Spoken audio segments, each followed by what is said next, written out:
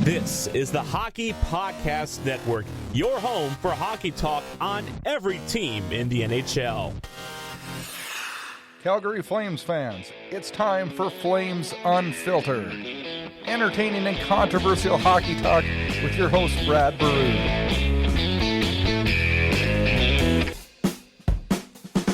A step forward despite a loss to the Avs on Tuesday. Seemed like we're moving in the right direction. But come on, star players. We need more. Good evening and welcome to the show. I am your host of the show, Brad Brodie, and welcome to Flames Unfiltered, episode number 16, recorded on November 20th, 2019. An off day for the Flames as it's Wednesday night, and we prepare tomorrow to take on the Stanley Cup champions again. So that should be interesting and probably not what the doctor ordered right now. Even though I feel a little bit more confident after the Colorado loss. It sounds crazy to say that I'm confident after a loss, but sadly, I am. Best guys on the ice that night, Dubé, Ryan, and Lucic by a mile. Sad to say it, worst guys on the ice, Gaudreau, Monahan, Giordano. Shouldn't say that. Maybe not the worst, but sure not up to their potential. Even though I did see some flashes of Johnny Gaudreau looking a lot better. You know what I'd like to see, though? I follow a ton of Flames people on Twitter. No kidding. And thanks for all the followers that I have and everybody that is in contact with me. Follow us at Flame Unfiltered, or you could follow me at Brad Brodie. You know, this week, one thing frustrated a lot is all these absurd trade rumors. Now, I love trade rumors. I love talking stuff that probably will never happen, but it's still fun to banter about it and to go back and forth. And believe me, I've told some of my friends and I've told a bunch of people this week that, God, I'm so mad at Gaudreau, I just want him gone. I know that's not realistic. Still think it might happen in the offseason, but, you know, not one of those things that's probably going to happen in the regular season. It's pretty hard to make a trade at all in the regular season. So these rumors this week kind of just started to wear on me. You know, it's been kind of depressing this year covering the Flames and cheering for the Flames. And I knew when I started this podcast, I thought ahead and I thought, hey, how hard is this going to be to do when the Flames aren't any good? Because it's going to happen someday, right? I just didn't think it was going to happen in the first year. And I know I sound doom and gloom now, and we got a lot of hockey left to play, but we're heading on a 4-game road trip that's going to be really, really, really tricky. And I feel like we should be seeing something and seeing bigger steps in the right direction than we've seen. We need the star players to get going. Now, I know our shooting percentage is at like a record-breaking low right now, and I do have a gut feeling, though. I don't know if it's tomorrow night or tonight when this gets released, but do you guys feel a breakout game coming? I kind of feel a breakout game coming. Every team, everywhere. The Hockey Podcast Network.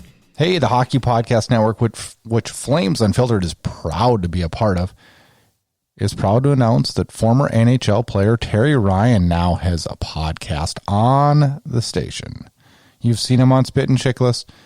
You've listened to him on his podcast, Third Man In. He's got a new podcast out called Tales with TR, a hockey podcast. Just released first episode yesterday, as a matter of fact. Gave it a listen today. It is great. It is entertaining. Make sure you check that out on the Hockey Podcast Network.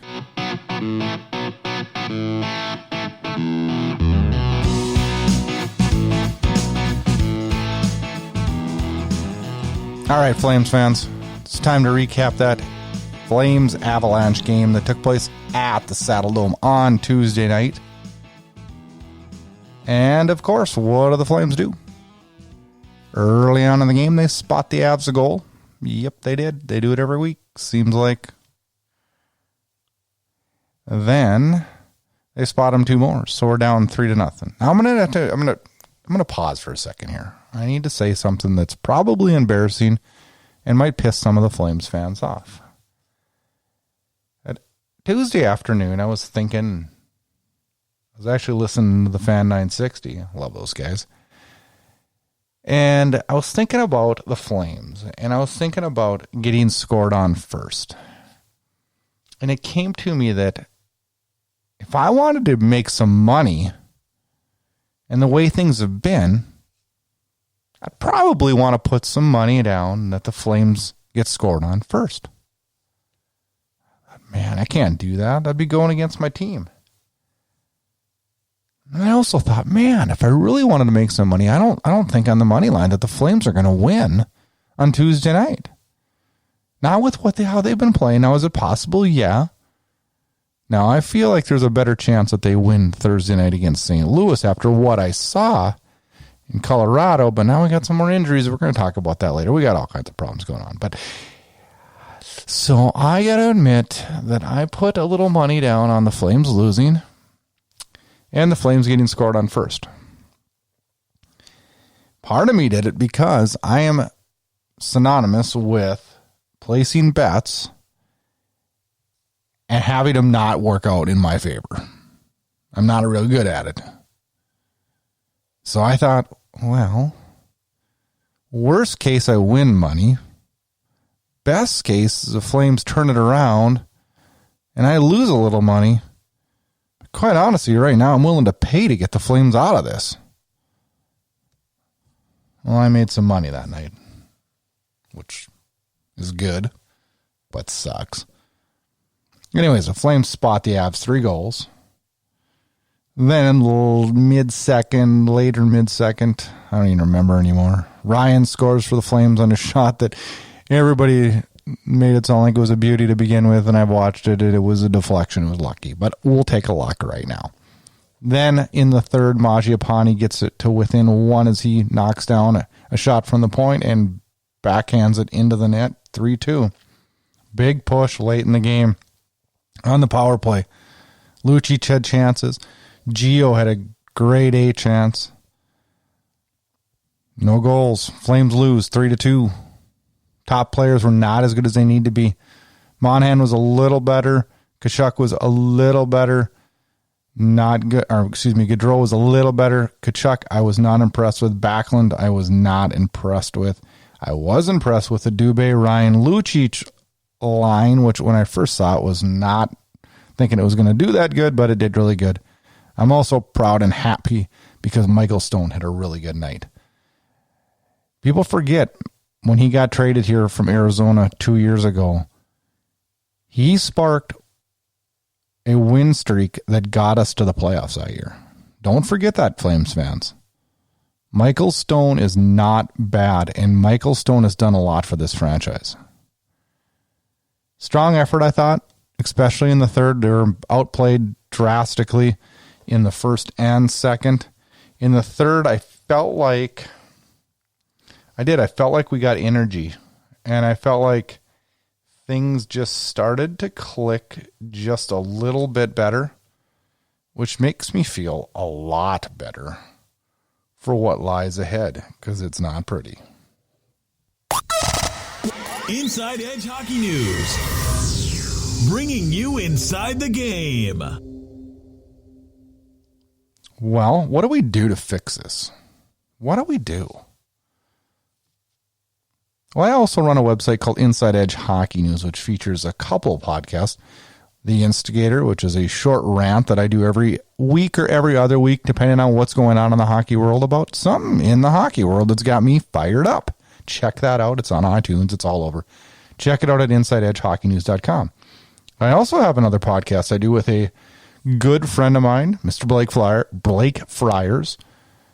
Him and I are actually heading up north into Brandon, Manitoba this weekend for some WHL hockey. Going to watch the Calgary Hitman on Friday night, take on the Brandon Wheat Kings, and then Saturday night, the Regina Pats come into Brandon, and we are going to go up and have a WHL weekend and record a live episode of our other podcast called the Debate Hockey Podcast.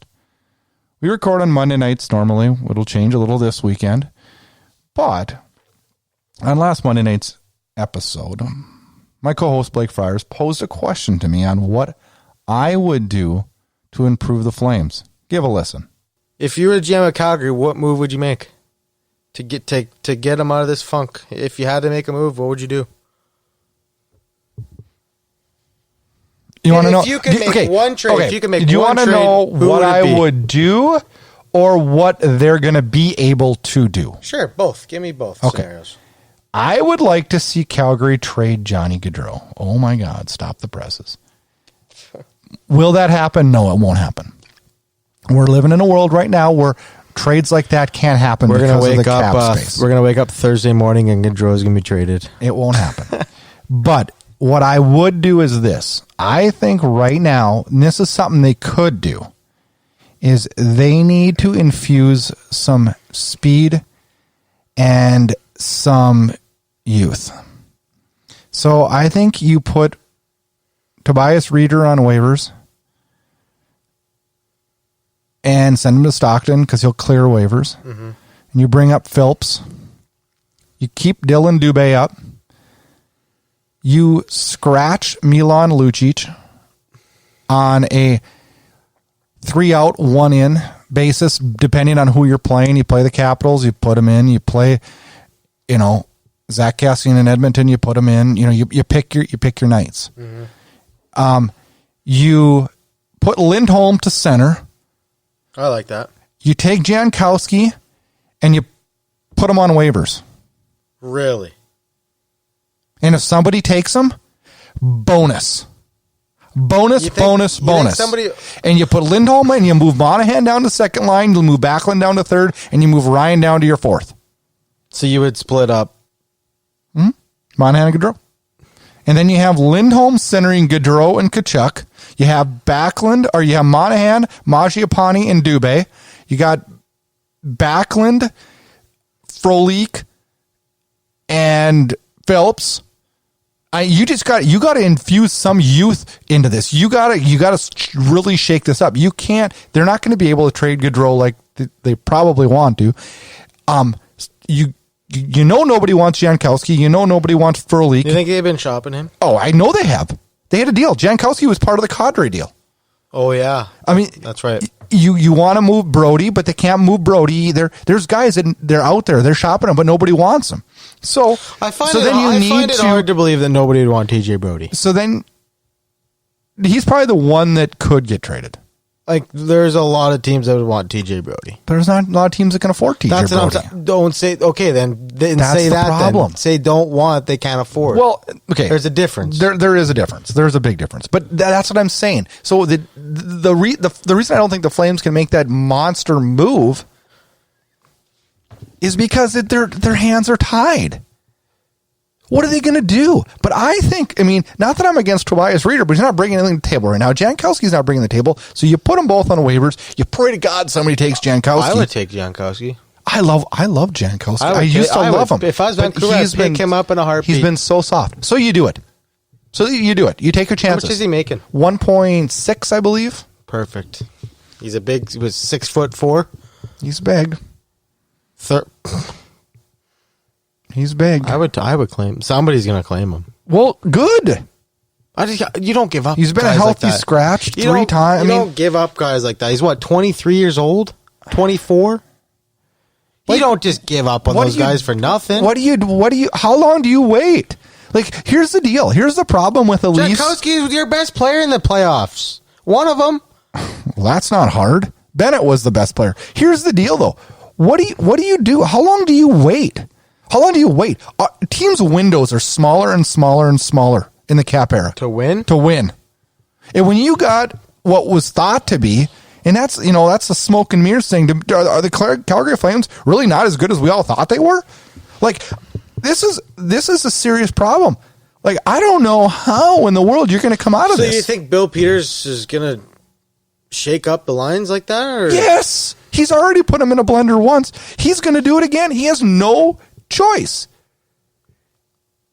What are you going to do? You just keep sending out these same guys, the same thing over and over and over, and freaking lose and be like, God damn, guys, we didn't do it again tonight. What do you think of Tkachuk's comments? What is he going to say? It's how he feels. It's how I feel right now. It's disgusting. Do you know how hard it is to get done watching that game last night and get on a radio show and try to be positive about it? It was hard.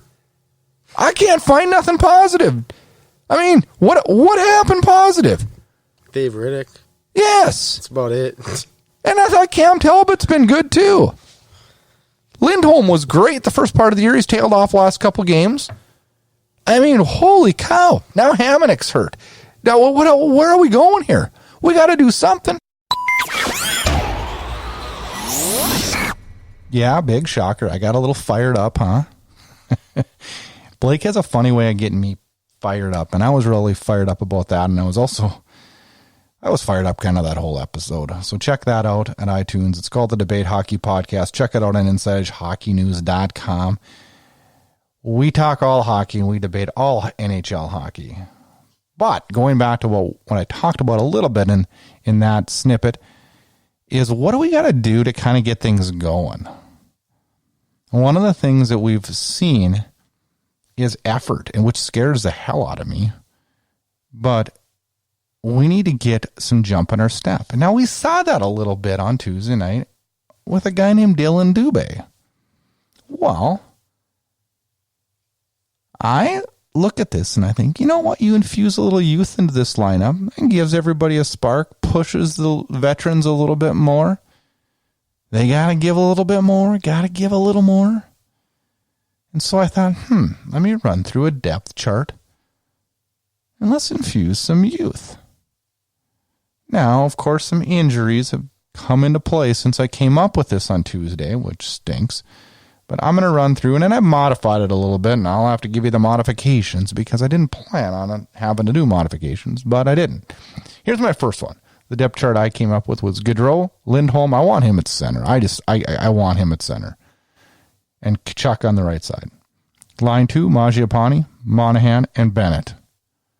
Line 3, I want Backlund centering Dylan Dubé, and let's call up Matthew Phelps.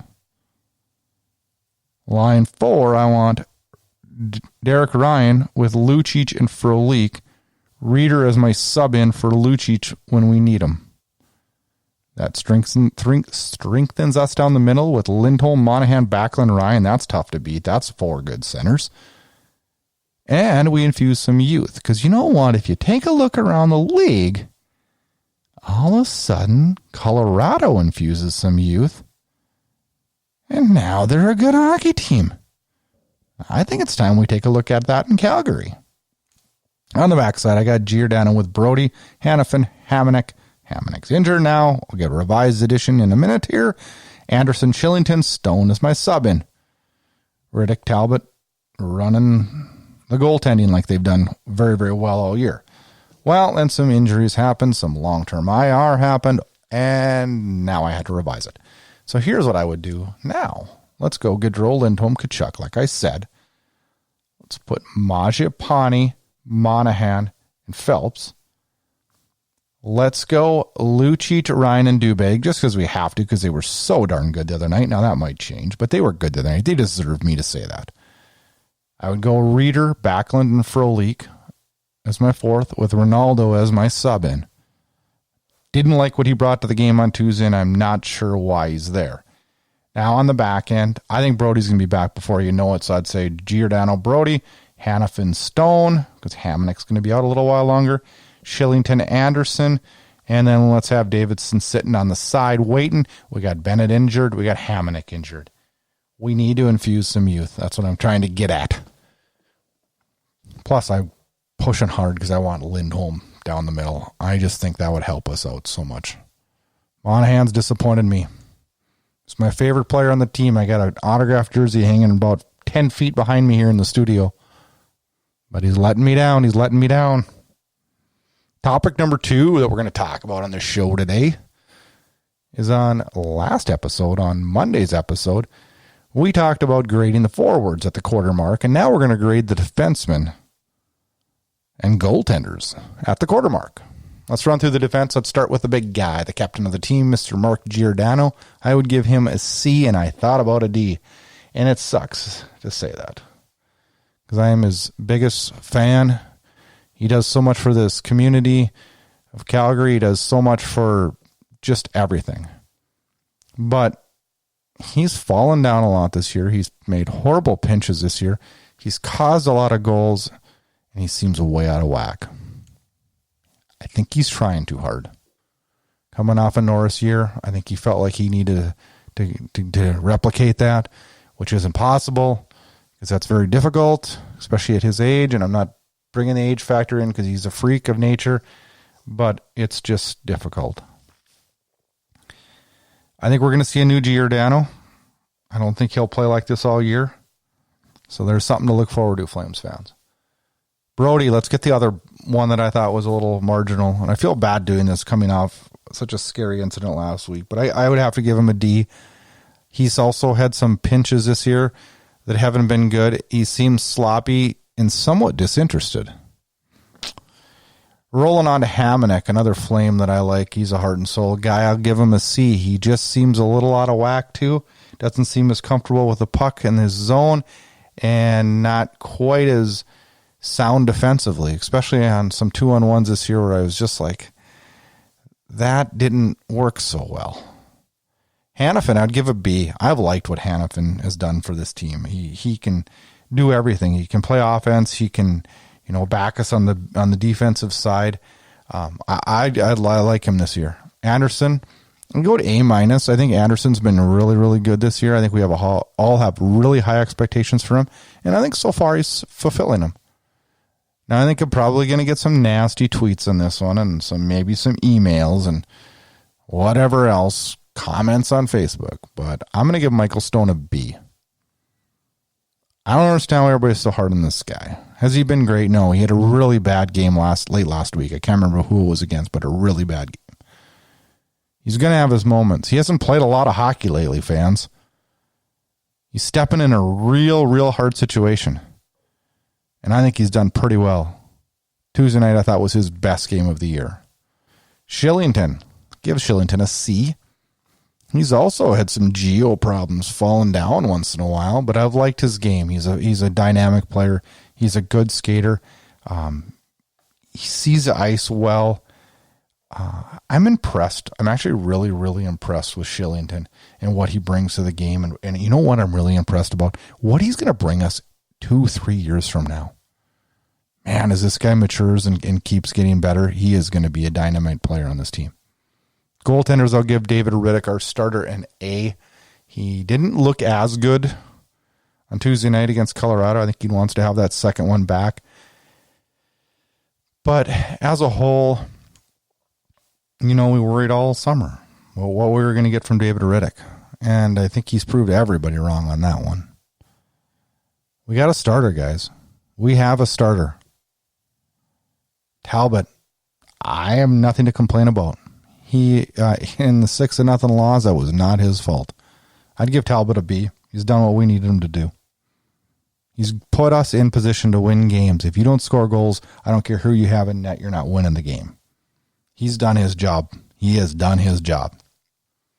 Let's talk some Flames news here and some things that have happened this week. Tuesday, the Flames recalled Zach Rinaldo from Stockton as assigned Tobias Reider. Then, Wednesday, recalled Tobias Reider, along with Alexander Yelesin, who's played 2 years in the KHL and got 2 points this year in Stockton in 15 games. He'll come up because Hamonic's out and Brodie is out right now. So we're going to need him to fill in the situation there. Sam Bennett, unfortunately, on Wednesday was put on long-term IR. What that means is that he is out for at least 10 games or 24 days. That's not good news. We need Sam Bennett. I know a lot of people rip on Sam Bennett, but we need his grit. We need his toughness. And quite honestly, I just feel like he's underachieving, and I feel like we could get more from him. TJ Brodie is also on IR. So one thing, I just want to step back. As I mentioned that about Bennett, one of the things, I don't know if you guys caught this when I was talking depth charts, but I don't usually like to do this in a podcast, but I'm going to flip back here. I need to clarify one thing. Many of you probably listened and thought, well, hey, wait a second. He didn't say Jankowski. No, I didn't say Jankowski. Because I think it's time. I've watched enough, and if you've listened to all my episodes, especially early on in the year, I spoke very highly of Mark Jankowski. Very highly. I expected a breakout year from him. I honestly did.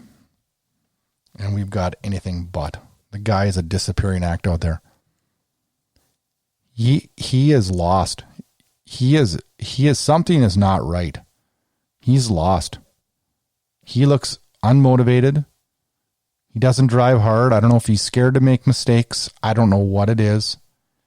But look at this stat line. 21 games. It's minus 10. 6 penalty minutes. 10 shots on goal. 10 in 21 games. 10 shots on goal. I don't know. Time to put him on waivers. I don't care if someone gets him for free. I'm good with it right now. Sounds crazy, but I'm frustrated with him. Every team, everywhere. The Hockey Podcast Network. Hey, hockey fan. The Hockey Podcast Network and Flames Unfiltered are excited to announce a partnership with Gong Show Hockey Apparel. Check out the Hockey Podcast Network Twitter page. Every week they're giving away new fun things from Gong Show Hockey Apparel. Believe it was a hat last week. I think it's another cool lid this week. Get on there. Win yourself some Gong Show apparel. Let's go around the NHL. Let's talk some things happening outside of the Calgary Flames. First thing we want to talk about is the Arizona Coyotes. Boy, did I underestimate them this year. Man, oh man, have they been good. Arizona is within 3 points of first place in the Pacific Division. Unbelievable how this team has been playing. They have been amazing defensively. Have allowed 49 goals only this year in 22 games. 13-7-2, 28 points, won 4 out of their last 5. This team's for real. This team is for real. Also, we need to talk about Chicago Blackhawks youngster, 18-year-old Kirby Dach. This guy has been showing them how to do it in Chicago. He's recorded his first multi-point game already. It's crazy to think at 18 years old, he's doing what he's doing out there. Be fun to watch him as the year goes and just see him grow and see if he can keep up the pace that he's playing with right now. He's got some good company with him. Taze and Kane, boy. Learning from some good ones there. Let's take a little bit of a look at the point leaders in the league at the quarter mark. And all skaters, point leader, Leon Draisaitl, 43. Connor McDavid, 40. Boy, that's a hell of a 1-2 punch up north, isn't it? Oof. Well, we wouldn't kill for those two guys, huh? John Carlson, defenseman for the Capitals at 34 points. David Pasternak, 32 points. Brad Marchand, 32 points. There's a dynamic duo there in Boston also. It's funny how these teams have these dynamic duos. Guess where they find themselves? Yep, that's right, guys, right at the top of the standings. Defenseman John Carlson leads the way with 32 points. Dougie Hamilton, Mr. Old Calgary Flame Dougie Hamilton, still glad he's gone, 22 points. Cale Makar, rookie from Calgary. Boy, that youngster is impressing, boy. He's ahead of Bobby Orr. I mean, he's... For a rookie, he is crazy what he's accomplishing. 22 points for him. Roman Josi, 20 points. Brett Burns, 19. Looking at the rookies, Cale Makar, as we said, 20 games played, 5 goals, 17 assists, 22 points. Olofsson in Buffalo's got 14 points. Martin Nakas in Carolina's got 14. Hughes in Vancouver's got 14. Makar's running away with this one, guys. Barring an injury, this guy is going to get Rookie of the Year. I don't know how anybody else will catch him. Hockey Fights Cancer is in November. We are running late in the month now. Make sure you get to InsideEdgeHockeyNews.com, click on the Hockey Fights Cancer icon, and make your donation. You can also do that on NHL.com. Help out. Cancer's affected so many people, so many kids, so many of our loved ones. Please, every dollar helps. Fan question as we are cruising through this show, man. I'm not trying to hit fast forward here, guys, but I don't know. No Flames today. Day off. Travel day. They practiced this morning, I guess, but I don't know. We're cruising along. Fan question. What team in the Pacific Division has surprised you the most? As much as it kills me to say it, the Edmonton Oilers. I predicted them in 5th, and they are sitting in 1st. And 2 weeks ago, when they were stumbling a little bit, I said, all right, here it is. They're going to start falling.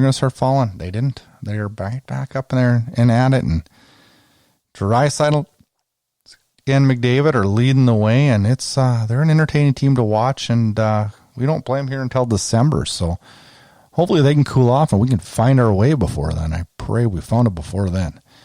A couple of the teams in the division that have surprised me, though, is Arizona, which I just talked about a few minutes ago. They're another team that's really surprising me, and San Jose. I mean, they've won a lot of games here in a row, and they're still sitting in 7th place in the Pacific. They're going to need to keep that win streak going and keep things rolling to catch and claw themselves back up in this division.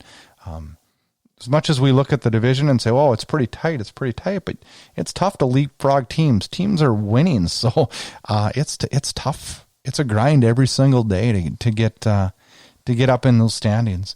And that's why we're worrying a little bit in Calgary. I mean, it's starting to get do or die time here. We're sitting 23 points. We're 8 back of first. We were just 3 back just days ago. So look at how fast it dissipates and goes. So we also have games in hand. So we got to figure it out here. And it's not going to get any easier because Calgary hopped on a plane today and headed out to St. Louis for the first of a 4-game road trip. Then it'll hit Philadelphia on Saturday, Pittsburgh on Tuesday, and I believe Buffalo on Thursday. That's some scary teams to play against. You're going into the Stanley Cup defending champions. St. Louis, who's 13-4-5, 31 points first in the Central, coming off a 3-1 victory over Tampa Bay. Calgary currently 6th, 10-11-3, 23 points, 5th in the Pacific, coming off that 3-2 loss that we previewed early on in the podcast to Colorado. That game takes place Thursday evening, 6 o'clock Mountain Time. Then, Saturday, November 23rd, Calgary hits Philadelphia for a Saturday morning game, 11 a.m. Mountain Time. That is stupid. I hate that. And, we think we got it tough. Listen to this one. The Vancouver Canucks, yeah, we don't like them, but the Vancouver Canucks played 11:30 Central in Washington, which is 9:30 in the morning Pacific in Vancouver's time zone. That's 9:30 in the morning on a Saturday. What the hell? What is the schedule maker doing? I don't like Saturday afternoon games. Maybe put one at 3 o'clock and then let's get rocking and rolling for a good old night of hockey night in Canada. But we don't want games during the day all the time. Come on. People do things during the day. Let's enjoy hockey at night. What's better than some tons of games where you're flipping channels? Come on, Flames. Let's get it going tomorrow night in St. Louis.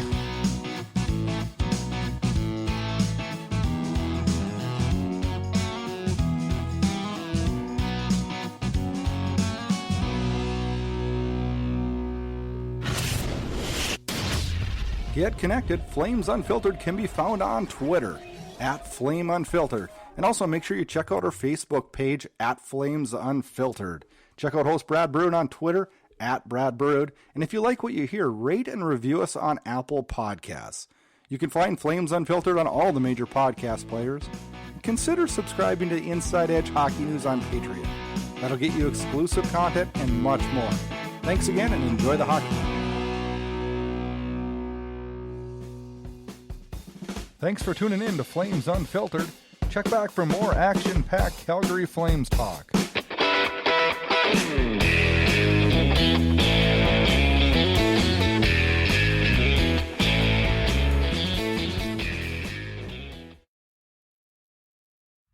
You're listening to the Hockey Podcast Network on Twitter @HockeyPodNet. New episodes every Monday and Thursday. Download at thehockeypodcastnetwork.com or wherever you get your podcasts from.